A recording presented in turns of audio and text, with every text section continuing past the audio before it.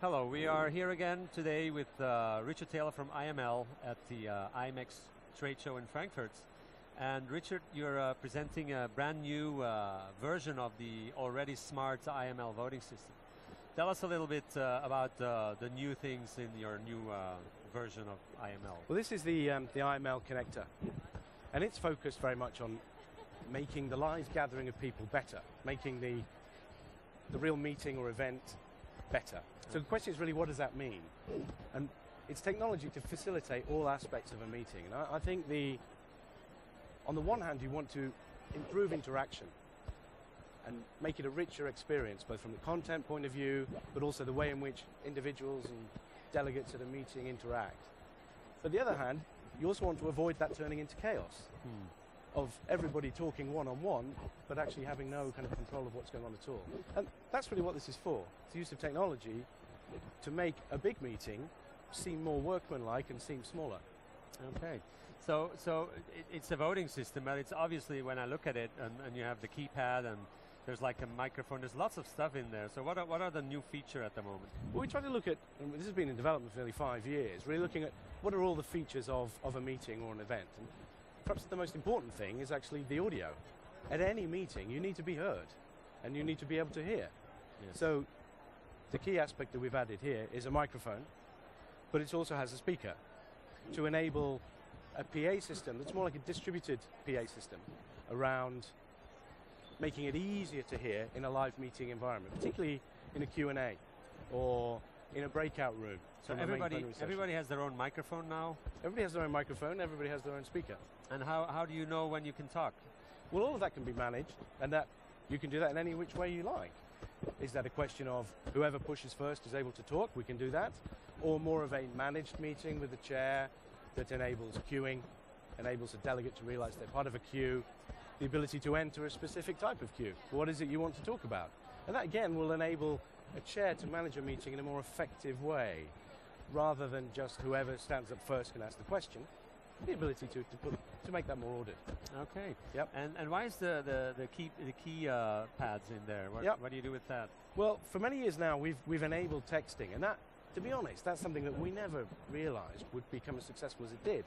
We thought it might be handy to have the ability to text in your email address to get more information after an event. But it turned out that became almost like the anonymous microphone. As you know, many people in a meeting are too shy to ask a question. And often it's the same people who ask the same kind of question. This is the ability to raise a question anonymously.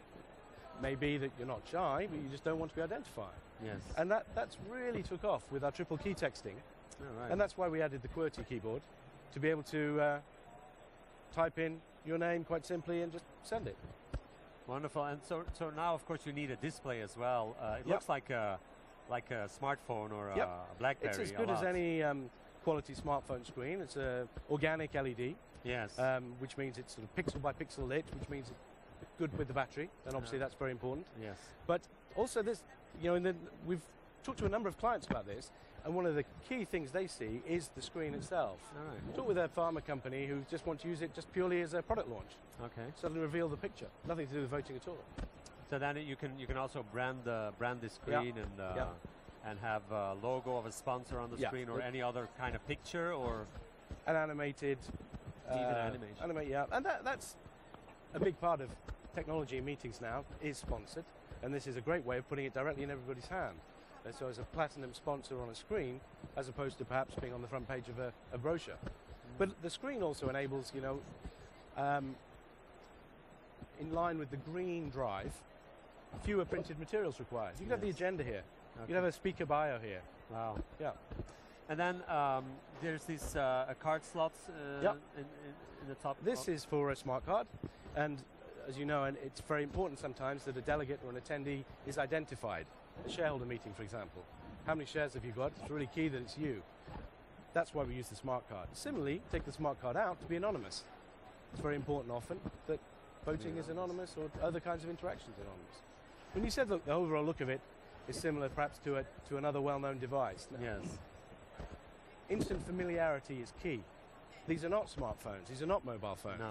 You expect an audience to be able to interact with them straight away. In fact, one of the biggest advantages this has over a smartphone is the fact you can't get your email address, you can't get your email on it. You know when, as a presenter, you want to allow the audience to interact with you, but also have some control. There's a moment at which you want to be able to turn it off and actually just get them to listen to you. That's harder with applications running on smartphone. I see. Wonderful. Well, thank you very much for this update. I'm sure there's much more to the device than we've talked about, but absolutely. This was a very good introduction. Thank you for sharing this with us. Thank you.